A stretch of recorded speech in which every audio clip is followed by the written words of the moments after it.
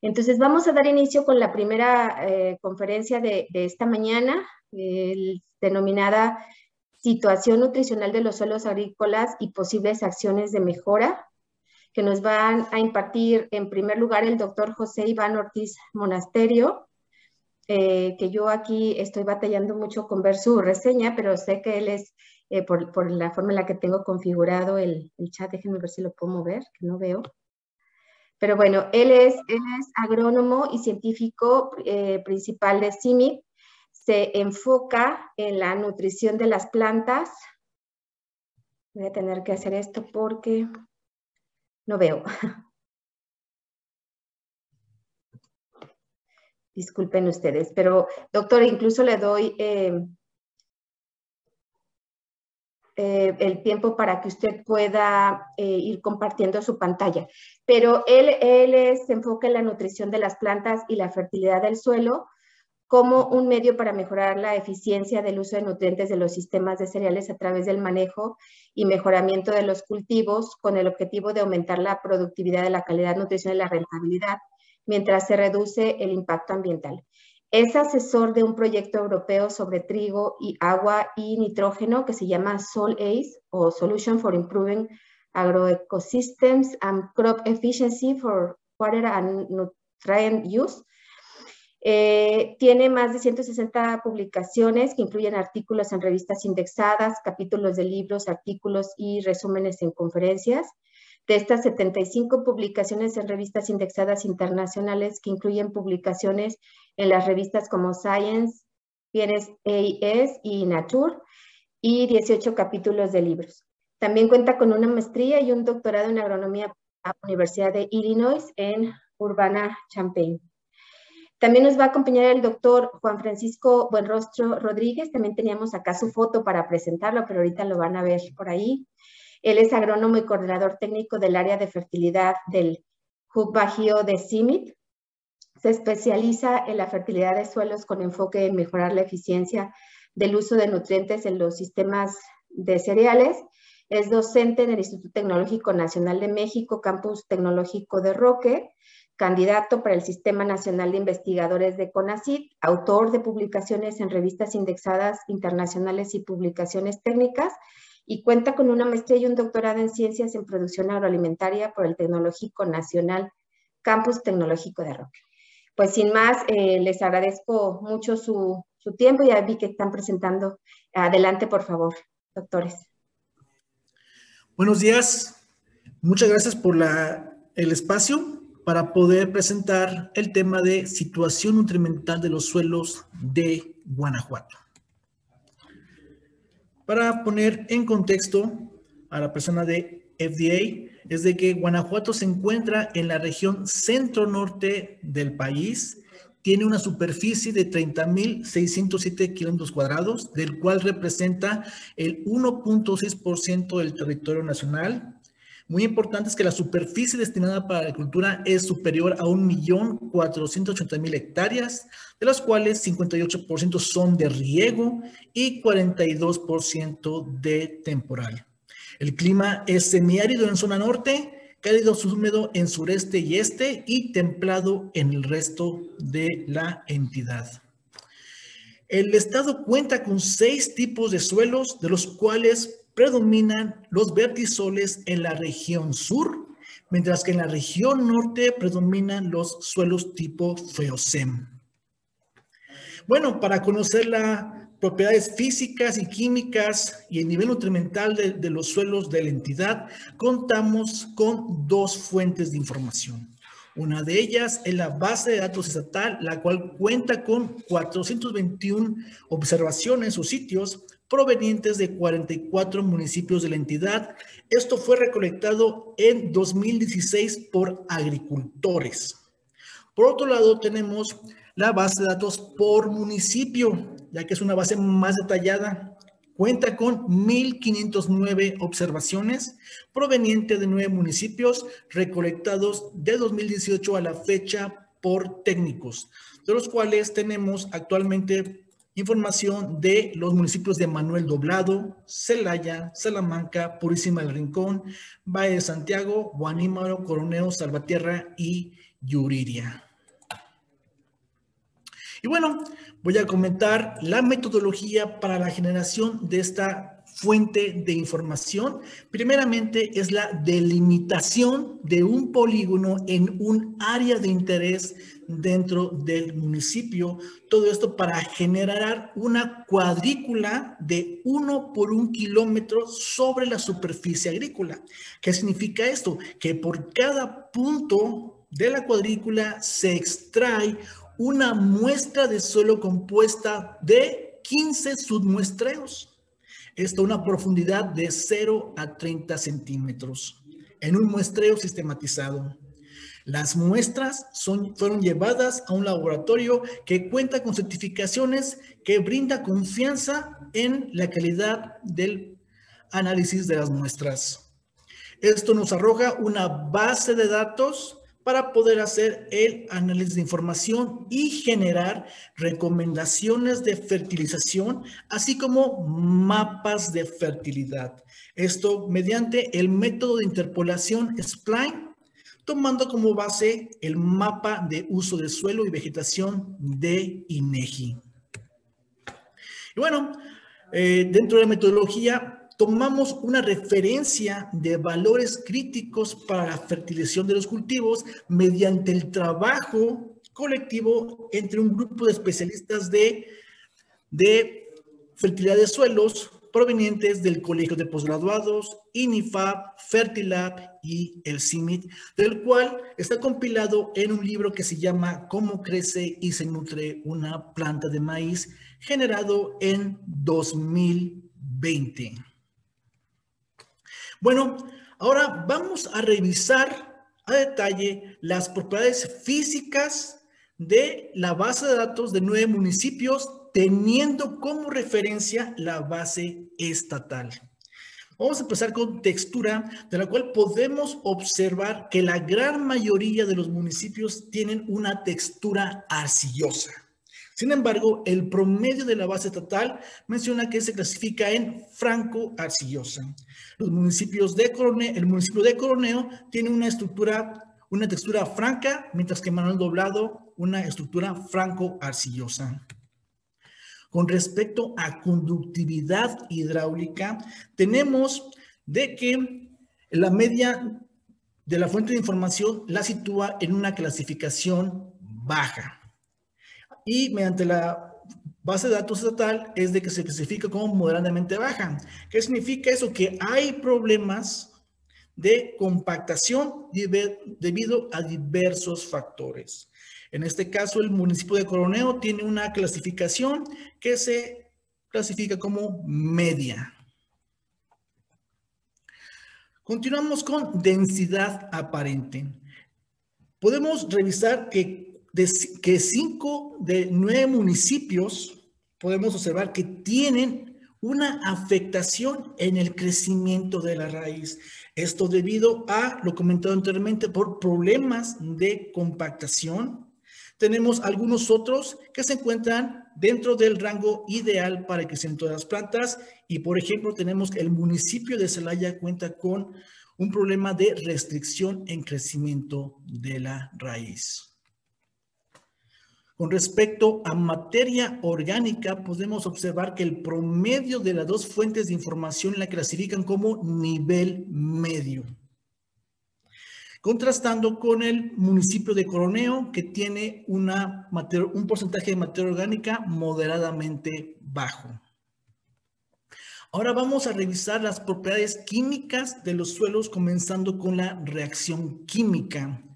En pH, podemos observar que el promedio de las dos fuentes de información clasifican a los suelos como neutros. Sin embargo, podemos revisar que existen municipios que cuentan con la clasificación de moderadamente alcalino, lo cual puede acarrear limitación en la absorción de nutrientes. Y contrastando también con el municipio de Coroneo, que es moderadamente ácido.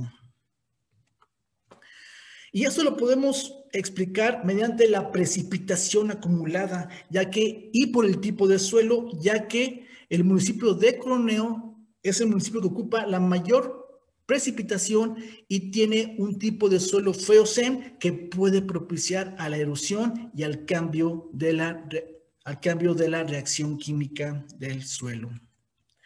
Por otro lado, tenemos a los carbonatos totales, del cual vemos que existen muy poco problema con respecto a este parámetro, ya que todos los municipios se encuentran por debajo del 5%, que lo clasifican como muy poco calizo.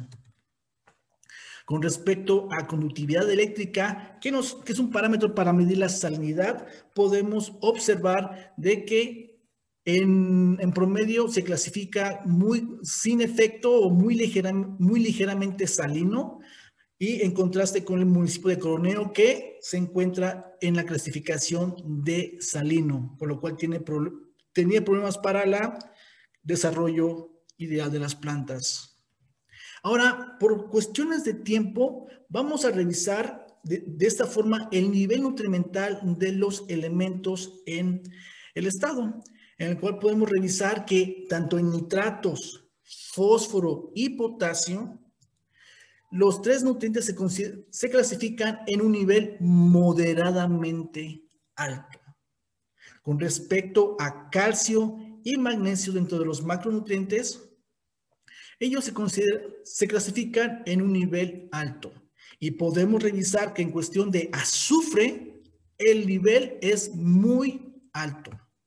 Por otro lado, dentro de los microelementos podemos observar que tanto hierro, manganeso y boro se encuentran en un nivel moderadamente alto. Muy importante es de que los microelementos tenemos que el zinc se encuentra en un nivel moderadamente bajo y el cobre se encuentra en un nivel medio. Y pues bueno, revisando el nivel de nitratos, podemos observar que los municipios de Guanímaro, Valle de Santiago y Celaya presentan los niveles más altos. Esto probablemente a una sobrefertilización de fuentes nitrogenadas. En contraste con Salamanca y Coroneo, que tienen los valores más bajos de nitratos. Con respecto a fósforo, podemos encontrar que Salamanca y Valle de Santiago tienen los niveles más altos, lo cual puede sugerir la sobrefertilización en fuentes fosfatadas.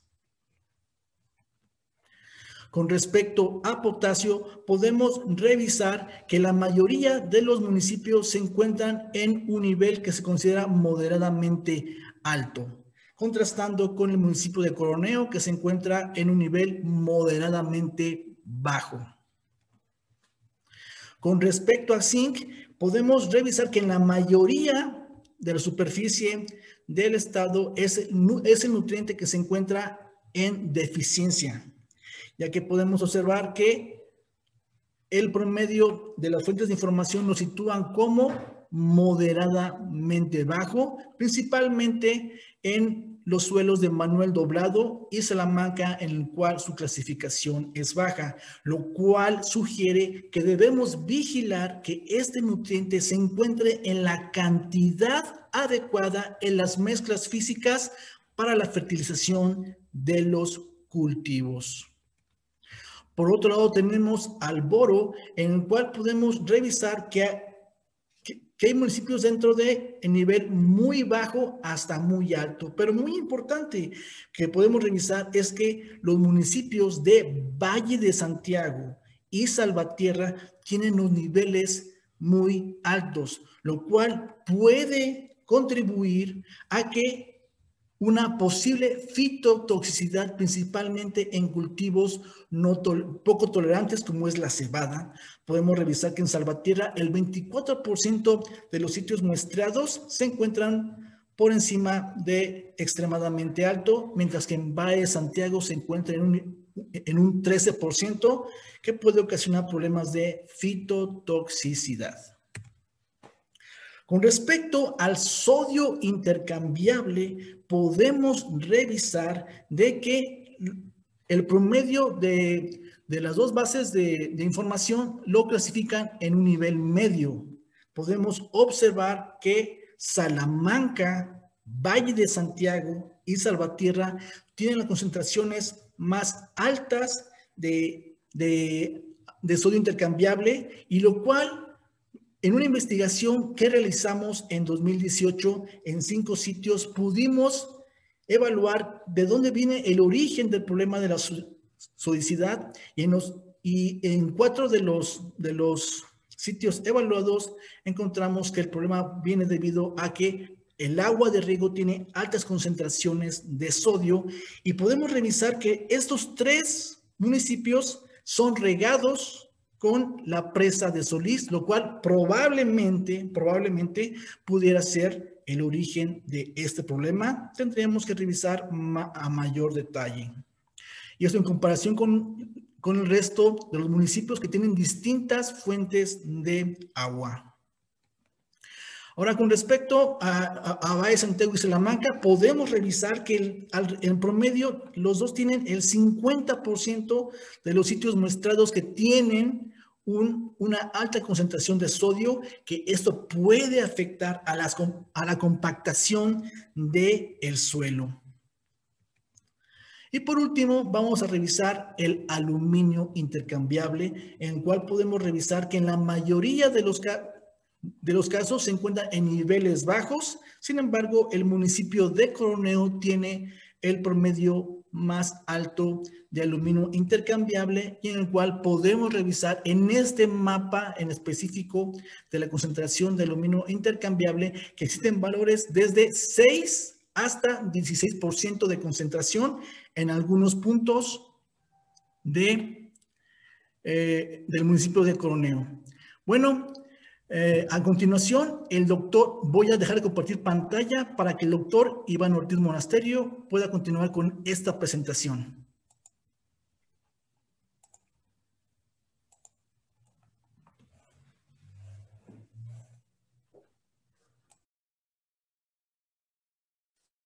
Bien, nuevamente buenos días, es un gusto estar con ustedes el día de hoy.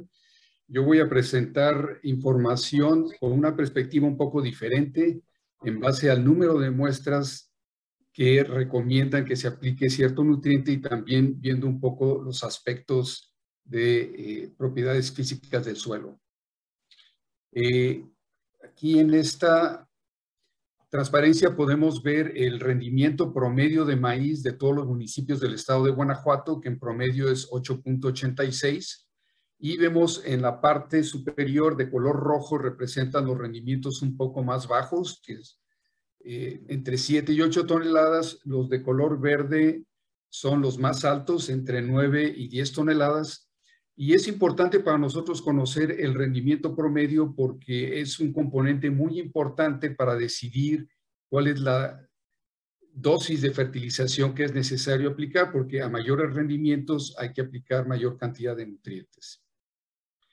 Bien, aquí estamos presentando los datos, como decía, con una perspectiva un poco diferente en estos 9 municipios donde hubo un muestreo intenso.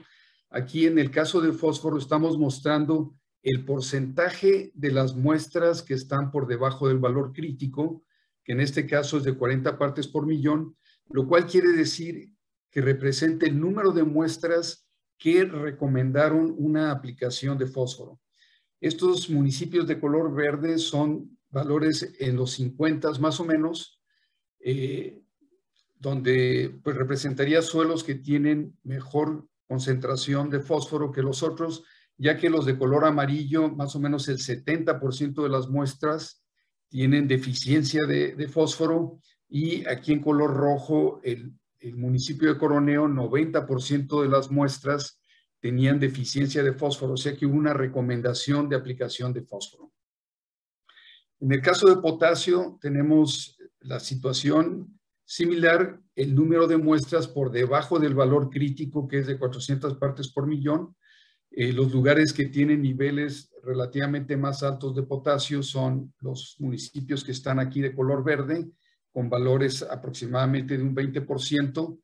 Los de color amarillo habría un poco más de deficiencia de potasio, porque el número de muestras donde hubo que aplicar potasio está entre un 20 y un 50%, y nuevamente el municipio de Coroneo, 94% de las muestras hubo que aplicar potasio, entonces es el lugar donde hay mayor deficiencia de potasio. En el caso de azufre, de igual manera, usamos un valor crítico de 13 partes por millón y los municipios verdes son donde hay menos problema de deficiencia de azufre. Los amarillos, entre un 20 y un 40% de las muestras recomendaron aplicar azufre y los 3 de rojo, más de un 40% de las muestras. Ya pasando a micronutrientes, vemos que zinc es el nutriente en general que con mayor frecuencia presenta deficiencias. Los lugares donde hay menos problema vemos que pues hay entre un 59 a un 66% de las muestras donde hay que aplicar, pero en los rojos estamos hablando de 86, 94% de las muestras. O sea que es un problema bastante común en la región, la deficiencia de zinc. En el caso de boro también hay, es bastante importante porque en los lugares donde hay menos problema, pues es estos municipios de color verde donde un 36 a 47% de las muestras requieren y recomiendan aplicación de boro. Ya luego pasamos a estos municipios de color amarillo donde va de un 50 a un 80% y hay 3 municipios donde es arriba de 80 y nuevamente aquí Coroneo, 100% de las muestras mostraron deficiencia de boro. Bien, ahora vamos a verlo desde la perspectiva de rendimientos de temporal. Vemos que el rendimiento de temporal es significativamente más bajo, 1.77 en lugar de 8.86. Y vemos que en la parte norte del estado, igual que bajo riego, los rendimientos tienden a ser más bajos y en la parte sur los rendimientos más altos. Ahora, como el rendimiento es sustantivamente menor, los valores críticos también bajaron en este caso de 40 a 20 partes por millón, pero vemos que la incidencia de deficiencia de fósforo es menor bajo condiciones de temporal que bajo condiciones de riego. Y aquí hay 2 municipios en color rojo donde hay un poco de mayor incidencia de fósforo. Y aquí en el caso de potasio nos demuestra claramente cómo bajo condiciones de temporal, haber menor demanda nutrimental, la deficiencia es menos común. Todos estos municipios en verde tienen 0%, excepto este de Guanímaro que solo tiene un 1%. O sea que básicamente el problema de potasio bajo temporal no es problema, mientras que aquí en el municipio de Coroneo sí un 57% de las muestras recomendaron que se aplicara potasio. Y azufre, igual, el problema es menor bajo condiciones de temporal que bajo condiciones de riego. Bueno, tratando de resumir la problemática en base a las muestras que tenemos, hay estos 5 aspectos que pensamos que es importante cubrir. Los primeros son las toxicidades, ¿sí? El primero es el problema de sodicidad o suelos sódicos, que son problemas significativos en Salamanca, Valle de Santiago y Salvatierra. Después, los problemas de salinidad se enfocan exclusivamente en el municipio de Coroneo. Los problemas de toxicidad de aluminio nuevamente se concentran en el municipio de Coroneo, mientras que los problemas de toxicidad de boro son presentes en el Valle de Santiago y Salvatierra. En el caso de los macronutrientes, en el caso de nitrógeno específicamente, los municipios de Guanímaro, Valle de Santiago y Celaya son los que tienden a tener mayores cantidades de nitrógeno residual. En el caso de fósforo, más de la mitad de los suelos presentan deficiencia y en algunas regiones hasta un 80% de los suelos presentan deficiencia de fósforo, o sea que es un nutriente que hay que aplicar en la mayoría de las regiones. En el caso de potasio y azufre, tiene una incidencia similar de deficiencia estos dos, más o menos con una tercera parte de las muestras requerían que se aplicaran estos nutrientes. En el caso de los micronutrientes, nuevamente el más importante es zinc y es de hecho de todos los nutrientes que evaluamos el que más comúnmente es deficiente. Entonces, los agricultores deben estar muy alertas de estos micronutrientes. Y también el caso de boro también es bastante común, es tan común la deficiencia de boro como la deficiencia de fósforo. También vimos problemas con los aspectos de las propiedades físicas del suelo, como es la densidad aparente y la conductividad eléctrica, que vamos a cubrir un poquito más adelante, ¿sí? ¿Cómo podemos solucionar estos problemas? Los aspectos de las toxicidades, por ejemplo, la sodicidad, con el uso de yeso, vinaza y nitrosul que hemos evaluado nosotros, hemos visto que podemos incrementar los rendimientos y reducir el problema de sodicidad. El que fue más efectivo de todos fue el uso del yeso. Los problemas de salinidad, es bien sabido que si lavamos los suelos con agua de buena calidad, podemos minimizar o inclusive eliminar el problema. Y si hay problemas serios de salinidad con instalación de riegos, de drenaje subterráneo, podemos también eliminar este problema. En el caso de la toxicidad de aluminio, hay mucha información verificada de que con el uso de cal en la capa arable o el uso de yeso en el subsuelo, podemos corregir los problemas de toxicidad de aluminio. Y en el caso de boro, también usando agua de buena calidad podemos lavar ese boro que puede causar toxicidad. Y otra alternativa es utilizar cultivos tolerantes como, por ejemplo, la cebada es un cultivo muy susceptible que se siembra en el Valle de Santiago, donde hay problemas de toxicidad. Ahí sería bueno seleccionar otros cultivos, por ejemplo, como el maíz, ¿sí? En el caso de los macronutrientes, para manejo de nitrógeno, nosotros nos hemos enfocado en una herramienta que es un sensor óptico que se llama GreenSeeker, que mide reflectancia en rojo e infrarrojo, y con esa herramienta de diagnóstico podemos recomendar dosis de fertilización. Para todos los otros nutrientes, como son el fósforo, el boro, el potasio y el azufre y los micronutrientes, pues un análisis de suelo nos permite generar un buen programa de fertilización. Lo que sí vale la pena mencionar con respecto a los micronutrientes es que había 4 municipios donde el pH estaba arriba de 7.3, y cuando el pH está arriba de 7.3, eso bloquea la absorción de zinc, por lo que es importante complementar o sustituir las aplicaciones de zinc al suelo con aplicaciones foliares. Bien, y ahorita voy a hablar un poco en más detalle sobre la densidad aparente y sobre la conductividad eléctrica, cómo atacar esos problemas. La densidad aparente está asociada con problemas de compactación, los cuales a su vez están asociados con una menor disponibilidad de oxígeno, menor disponibilidad de agua, menor crecimiento de raíces, menor disponibilidad de algunos nutrientes, por ejemplo los nitratos, porque al haber bajos niveles de oxígeno en el suelo, eso favorece la desnitrificación y pérdida de nitrógeno. Y por otro lado, el lento crecimiento de las raíces afecta la absorción de nutrientes que son poco movibles en el suelo, como el fósforo y el potasio, por ejemplo. ¿Por qué tenemos problemas de compactación? Bueno, los bajos contenidos de materia orgánica contribuyen a problemas de compactación. El tráfico o laboreo en suelos húmedos también genera muchos problemas de compactación. La dispersión de los coloides del suelo, que son causados por la presencia de sodio, y la destrucción de los agregados del suelo. La destrucción de los agregados del suelo ocurre cada vez que hacemos una práctica de labranza, cada vez que rastreamos o barbechamos, estamos destruyendo los agregados del suelo. ¿Y por qué son importantes los agregados del suelo? Si vemos aquí a mano derecha, vemos estos agregados que están representados por estos puntos, y vemos que cuando tenemos formación de agregados hay muy buena infiltración del agua de lluvia, mientras que del lado izquierdo, en el suelo compactado, si tenemos una lluvia, vemos que se acumula el agua en la superficie, se sella el suelo y en lugar de infiltrarse, el agua empieza a escurrir, ¿no? Entonces, por eso es muy importante tener estos agregados del suelo. ¿Y cómo podemos tener estos agregados del suelo?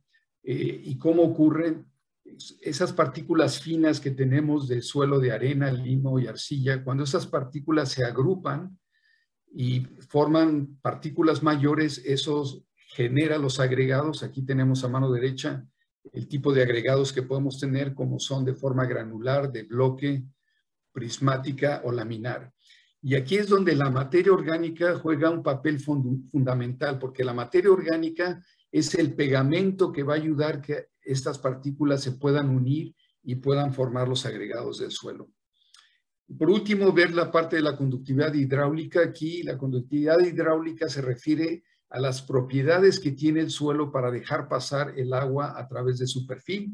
Aquí tenemos el ejemplo de un suelo arenoso donde tiene una buena conductividad hidráulica, el agua puede fluir sin problema, mientras que a mano derecha tenemos un suelo arcilloso donde tiende a sellarse nuevamente en la superficie y el agua tiende a correr en lugar de infiltrarse.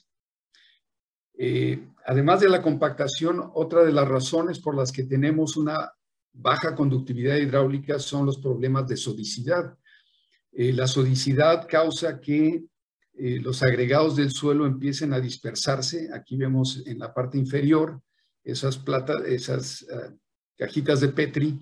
Conforme nos movemos a la derecha, hay mayor concentración de sodio y hay mayor dispersión de las partículas del suelo que causan que los espacios porosos del suelo se bloqueen, y eso es lo que impide el flujo a través del perfil del agua, y tenemos problemas entonces de encharcamiento, como vemos en las fotografías a mano derecha.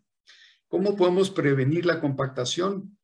Pues adoptando agricultura de conservación, porque con agricultura de conservación tenemos menos pasos de tractor y de maquinaria en el terreno. Podemos tener también tráfico controlado, donde las llantas del tractor y la maquinaria siempre son exactamente en el mismo lugar, donde no sembramos cultivos.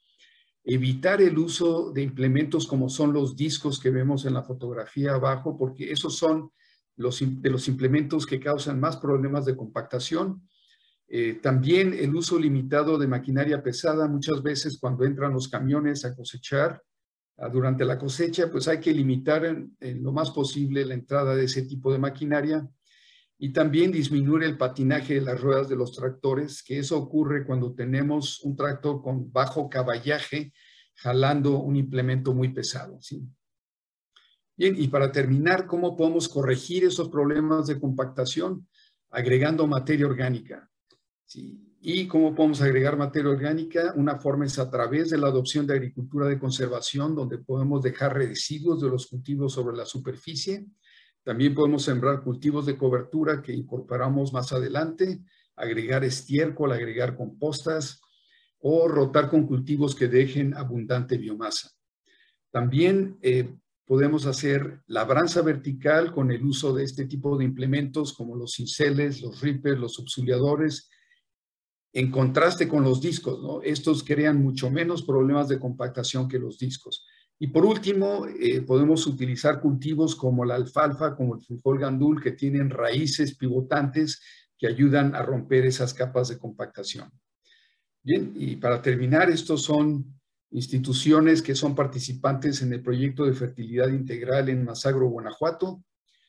Y ahora sí, como última transparencia, presentar cómo el ingeniero Francisco Romo, con apoyo del programa de fertilidad de Masagro, Guanajuato, recibió el premio Cargill CIMIT a seguridad alimentaria en lo que se refería a la escalamiento de fertilidad integral en Guanajuato. Muchas gracias.